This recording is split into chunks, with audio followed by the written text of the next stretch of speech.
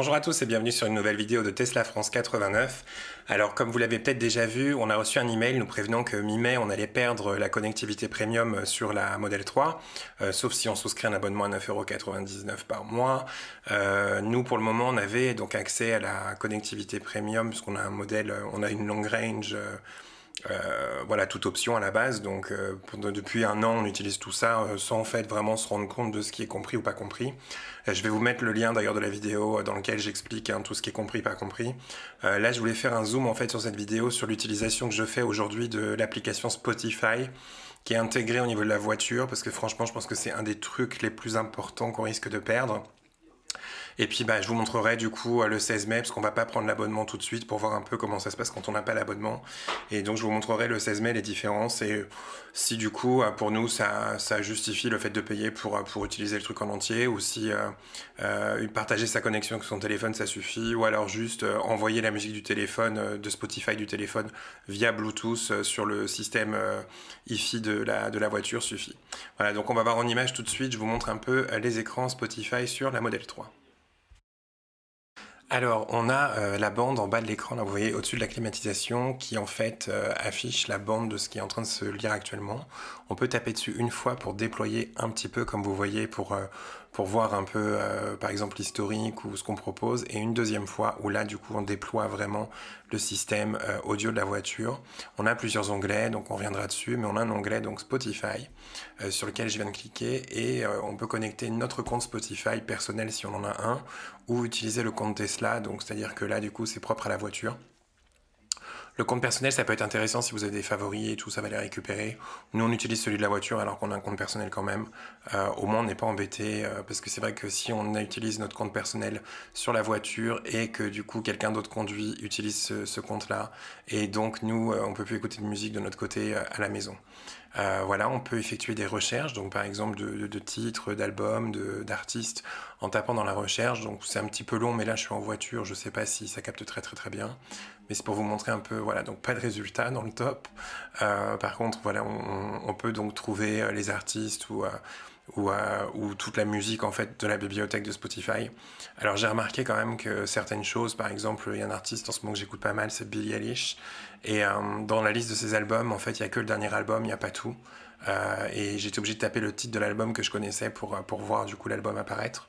Ça c'est Summer Salt, si vous aimez bien les musiques un peu plage, Californie, voilà, c'est super cool. Mais vous voyez, donc on a les meilleurs titres et on a les albums.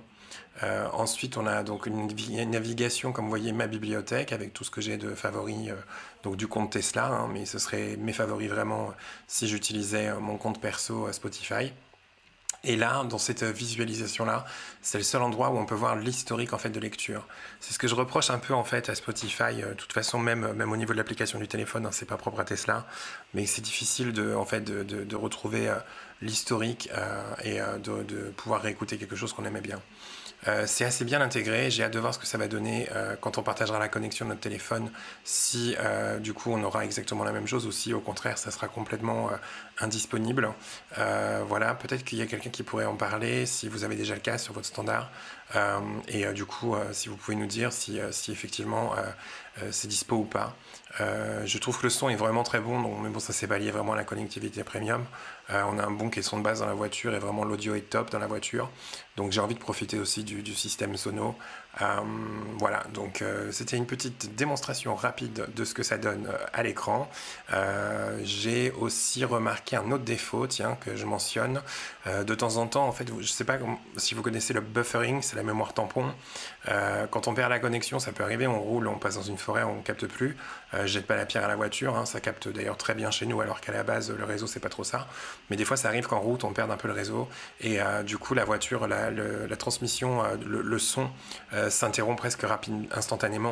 Alors que sur mon téléphone, par exemple, j'ai l'impression qu'il y a une mémoire tampon. En fait, la chanson se charge en amont. Et du coup, quand il y a une petite perte de réseau comme ça, en fait, nous, on ne le ressent pas. Parce que le téléphone, il va taper dans ce qui a été mémorisé en attendant de retrouver du réseau. Et c'est un peu transparent pour nous. Je trouve qu'au niveau de la voiture, c'est un peu plus fréquent. Ça, pour moi, c'est vraiment logiciel. Donc, ils pourront peut-être faire une mise à jour rapidement. Voilà, aux États-Unis, ils n'ont peut-être pas les mêmes problèmes que nous au niveau du réseau. Mais nous, ça arrive quand même régulièrement que ça s'interrompt. Et Ça reprend pas d'ailleurs tout le temps, il y a une espèce de petite flèche en rond qu'il faut cliquer dessus pour que ça reparte, ou alors ça repart. Bon, mais j'espère que cette vidéo vous aura plu, et donc dans une grosse semaine, on va dire, j'en sortirai une autre pour faire le comparatif vraiment, et voir un peu comment ça se passe. Je vais essayer aussi de jouer de la musique depuis une clé USB, donc d'ailleurs depuis la clé USB que j'utilise pour le mode Sentinel, pour voir si on peut utiliser du coup la même clé USB pour mettre des chansons, et puis en même temps stocker le mode Sentinel dessus.